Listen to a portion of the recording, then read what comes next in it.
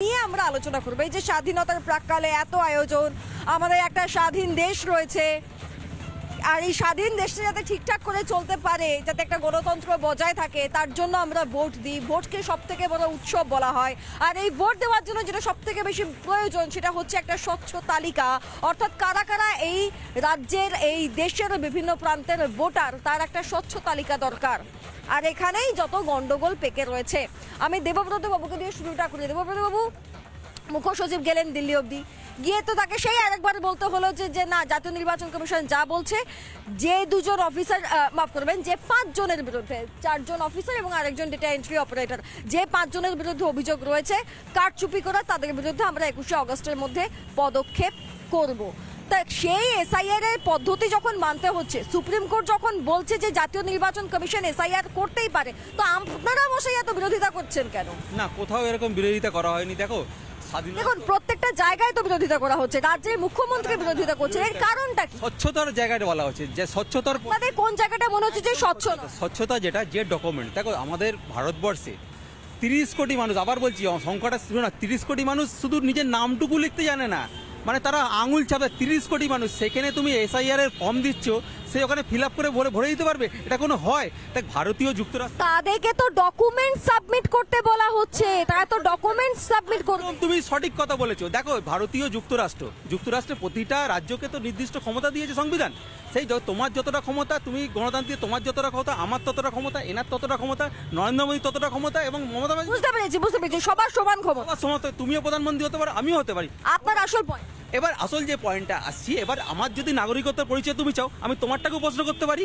আমরা একটা আরটিআই করেছিলাম, মাননীয় নরেন্দ্র মোদীকে জানতে চেয়েছিলাম ওনার জন্মসূত্রের পরিচয়টা কি, মানে উনি ভারতীয় কিনা। আমাদের উত্তরটা কি হচ্ছে, এটা হচ্ছে ইন বার্থ উনি হচ্ছে ভারতীয়। সেখানে সেকশন 3-তে উনি বলছেন যে নাগরিকত্ব আইনে ইন বার্থ উনি, তাহলে ওনার বার্থের প্রমাণটা কি? প্রমাণ তো দিতে পারে। তুমি যদি আমার প্রমাণটা চাও, আমি তোমাকেও প্রশ্ন করতে পারি। একদম ঠিক কথা বলেছেন।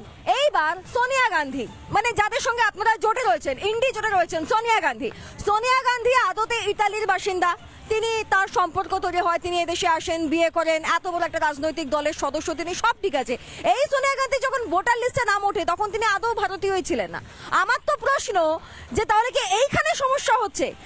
বাইবার নরেন্দ্র মোদী তো ভারতীয়, এইটুকুনি প্রমাণ আছে, কিন্তু বাইবার তো সোনিয়া গান্ধী ভারতীয় নন, কিন্তু তার নামটা ভোটার লিস্টে ভারতীয় হওয়ার আগে উঠে গেছে। একদম এই সমস্ত তথ্য আমরা সোশ্যাল মিডিয়ায় পেয়েছি, কিন্তু আমার কথা হচ্ছে, যখন এসআইআর এর কথা উঠছে, তখন এই নাগরিকত্ব বিষয়গুলো কোথা থেকে আসছে? এসআইআর বিষয়টা তো সম্পূর্ণ আলাদা। বাংলার মানুষ এসআইআর শব্দটা নতুন শুনছে না, হয়তো আমার প্রজন্ম বা আমাদের মতন প্রজন্ম এসআইআর কে নতুন শুনছে, কিন্তু এসআইআর নতুন 2002-3 সালে তো হয়েছে এসআইআর। স্বাধীনতার পরেই ভারতবর্ষে 13 বার এসআইআর হয়েছে, এবং বাংলায় 2004 সালে এসআইআর হয়েছে। আজ 25 সাল, 20 বছর কিছু হয়নি। এই 20 বছরে এত বেনজল ঢুকেছে, এত মানুষ মরে গেছে, এত নতুন ভোটার যুক্ত হয়েছে। সেইটাকে কেন্দ্র করে নির্বাচন কমিশন, জাতীয় নির্বাচন কমিশন যদি এই লিস্টের বিশুদ্ধীকরণ করতে চায়, তাহলে বিরোধীদের ভয়টা কেন? তাহলে এসআইআর নিয়ে বিরোধীদের সমস্যা কেন?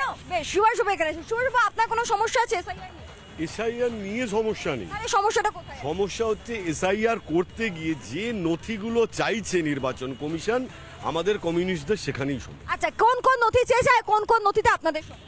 নথি বলতে, যখন 2002 সাল থেকে যে নথিগুলোর কথা বলা হচ্ছে, সবার প্রথমে বলা হচ্ছে 2002 সালের লিস্টে যদি আপনার নাম থাকে, তাহলে আপনি বৈধ ভোটার, বৈধ নাগরিক।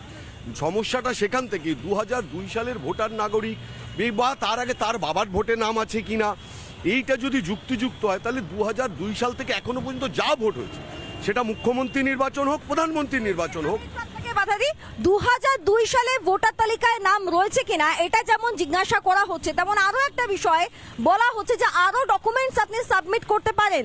যেমন আপনার পোস্ট অফিসে কোনো অ্যাকাউন্ট আছে কিনা, আপনার ব্যাংকে অ্যাকাউন্ট আছে কিনা, আপনি এই সমস্ত ডকুমেন্টস সাবমিট করতে পারেন। সেখান থেকেও কিন্তু প্রমাণ হতে পারে দাদা যে আপনি সঠিক ভোটার। 11টা ডকুমেন্ট সাবমিট করার কথা বলেছে। আমি সঠিক ভোটার কিনা এটা জানার জন্য আমার ভোটার কার্ডটাই তো যথেষ্ট। আপনি খুব গুরুত্বপূর্ণ জায়গাটা ধরেছেন। আমি এই পয়েন্টটাতে আমি আসছিলাম এই পয়েন্টটাতে। আমি এবার আসছি দাদা, আসছি এখান থেকে আমি রুদ্রাঙ্কর কাছে যাবো। এই যে আমার ভোটার কার্ডটাই যথেষ্ট আমি এই ভারতীয় কিনা এটা বোঝার জন্য, একদম ঠিক কথা, এই কথায় কোনো ভুল নেই। সমস্যাটা কোথায় হচ্ছে? সমস্যাটা হচ্ছে যে এই রাজ্যের মাটিতে আমরা প্রত্যেক দিন আমরা দেখতে পাই ভুয়ো ভোটার কার্ড, ভুয়ো আধার কার্ড এবং ভুয়ো জন্মপত্র পর্যন্ত, মানে জন্ম শংসাপত্র পর্যন্ত আমরা দেখতে পাই। সমস্যাটা এইখানে, ঠিক এইখান থেকেই প্রশ্নটা উঠছে রুদ্রাঙ্ক। আমি বুঝতে পারছি যে সমস্যাটা এই জায়গায় যে যারা অনুপ্রবেশ করে এসে আটকে যাচ্ছে, এখানেই থেকে যাচ্ছে, বাড়ি ঘর বানিয়ে ফেলছে, জমি কিনে ফেলছে, সেই সত্যগুলো সামনে চলে আসবে। সমস্যা কি এইখানে? দেখুন, আমি একটা কথা বলি, এই যে এসআইআর প্রক্রিয়াটার মধ্যে যা যা তথ্য চাওয়া হয়েছে এবং পরপর যদি সালভিত্তিক দেখেন যে আপনার বাবা মার একটা সালের পরে আপনার বাবা বা মার কার্ড থাকতে হবে, 2004-এর মধ্যে আপনার জন্ম, তারপরে জন্ম হলে পরে আপনি জন্মেছেন। আমাদের এখন একটা দেখা গেছে যে 2022 সাল অবধি দেখা গেল যে যারা জন্মেছেন তার মধ্যে মাত্র 75% মানুষ হসপিটালে জন্মায়নি বা হসপিটাল জন্মেছে, বাকি 25% বাড়িতে জন্মেছে।